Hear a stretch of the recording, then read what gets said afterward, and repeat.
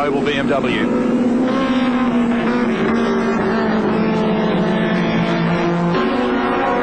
Mixed bag when you look at the horizon as Dick Johnson now goes down the inside of teammate John Bowe and assumes the rightful position of team leader and race leader as far as Dick's concerned anyway, and there's plenty of fans out in the crowd that agree with him, as you can hear. A great sight for Neil Lowe, the team boss of the Shell team. Neil was saying that at Whitten he hoped for a big 1-2, a form finish. Of course, that all went to pieces on lap 1 when Larry and Dick had their contretemps, but today it's looking great. So Dick Johnson leading away at the moment from John Bowe. Interesting scrap developing for third with Andrew Badecki starting to pressure Jim Richards. They're on their 7th lap of 45.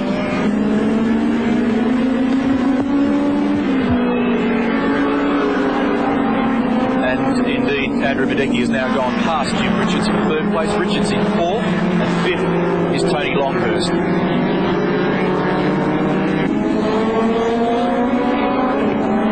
That's the scrap for 3rd and 4th.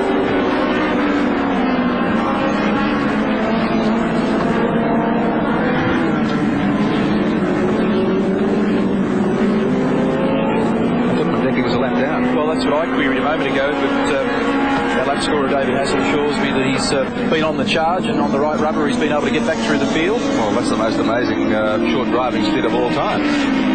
Yes, I would have thought that Andrew would have been better off starting from pit lane, as they do in Formula 1, rather than go around the track, lose, 2.41 kilometres and start dead last. But he certainly, in the heat of the moment, he elected to try to catch up the field. Okay, so Gene Richards.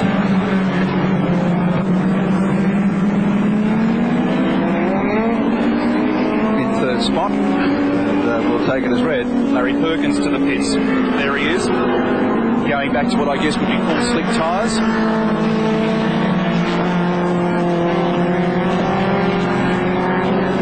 So as Jim Richards really tries hard now to chase Andrew Badecki, we've got lots to think about on our Castrol scoreboard. Let's take a look at it. Dick Johnson is our race leader. John Bowe, his teammate, in 2nd place. Andrew Badecki in 3rd. Jim Richards in 4th. Tony Longhurst rounding out the top 5. Plenty of questions still to be answered in this race when we join you in just a moment.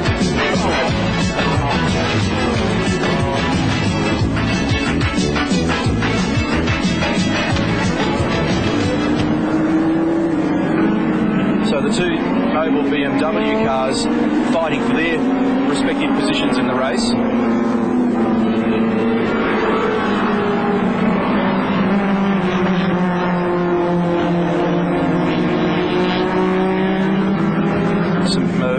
Smoke it looked like that time coming out from underneath Brock's car, with Larry Perkins right behind him, getting very wide as he came off the top of Nissan Skyline and then down to this really tricky part of the course at Park Royal.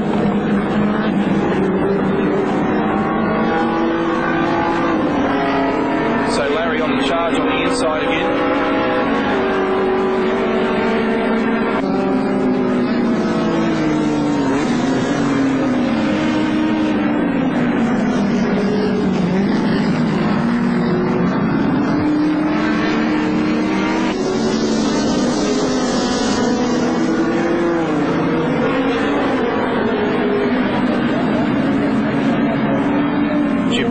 Called to the pits.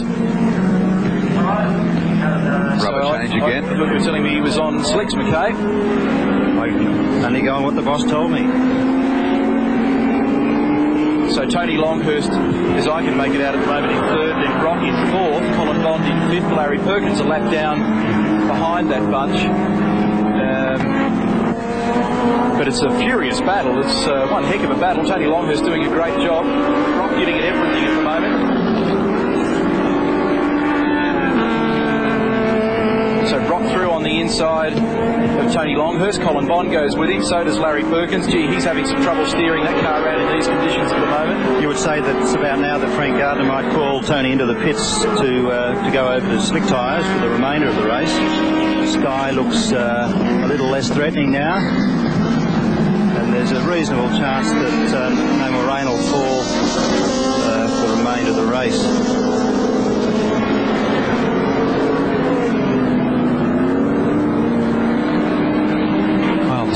out of the pits here. It's getting a little confusing, but there's no confusion up the front of the field. Of course, Dick Johnson leading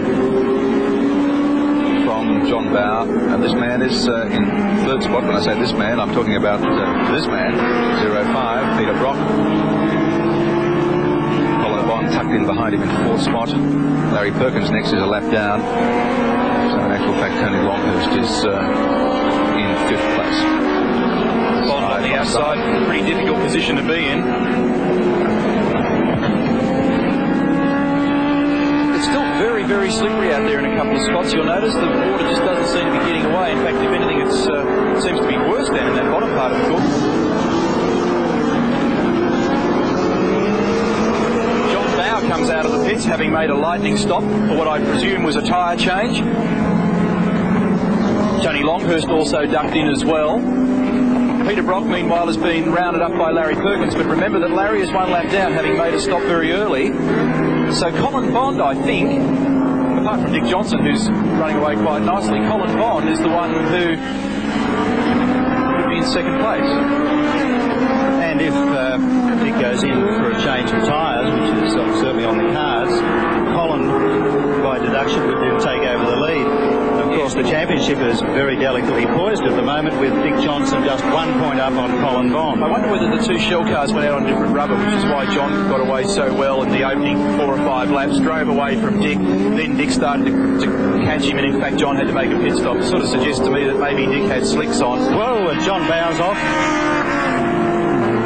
Bad news for John, and it looks like he may have bogged it. He's doing his best to get it out. No, he got it out. Good stuff. So he saved a bad situation as Andrew Madecki comes to the pits. That's in a very funny spot on the track, just before they go to the top of Nissan Skyline in those S's, just opposite our commentary point. So Dick Johnson's put a lap on John Bow. He went past.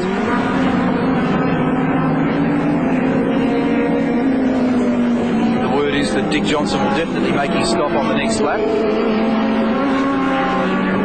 So Colin Bond will, we think, go up to the lead, and Peter Brock might even have a taste of second. So what's Dick going to do? No. Still must be pretty happy with his lap times. He's not losing any ground.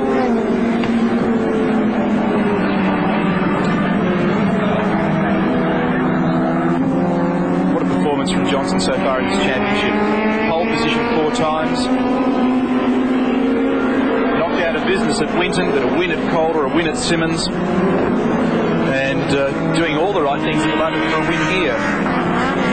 Fairly ordinary season last year with the Ford Sierra before the cars really got to full tilt, and so before the Ford Mustang wasn't kind. It's been a long time since he's run so well in the Touring Car Championship. It's good to know the Johnson team, despite all the success, isn't complacent. Neil Lowe's off to Europe to check out developments on the European front, check out what the Eggenberger cars are up to. He's very aware that these other teams are getting their act together, and that things will get tougher as the season unfolds. That's true. Here comes Johnson now into the pits for this long-awaited stop. We've been anticipating it for 3 or 4 laps now. Let's see how much time he takes to make the change. Away they go. The clock is running as they get to work on those central locking nuts. If they can get out in about 25 seconds, they won't be doing too badly, although Colin Bond is already about to go across the start-finish line and into the lead in the race. Johnson's still sitting in the pits. This is not going to be a lightning fast stop at all. Now they're set and away he goes. 25, well, it was a good stop, 25 seconds. I think he's gone back out in third, from what I can make out. The lead at the moment being held by Colin Bond in car 4. Second place car 05, Peter Brock. Third place car 17, Dick Johnson. And Niels Lollery for 4th and 5th. They're just working that out at the moment because it's a toss-up depending on the pit stops that were just made. And the chase is on, 14.5 seconds from leader Colin Bond back to Dick Johnson.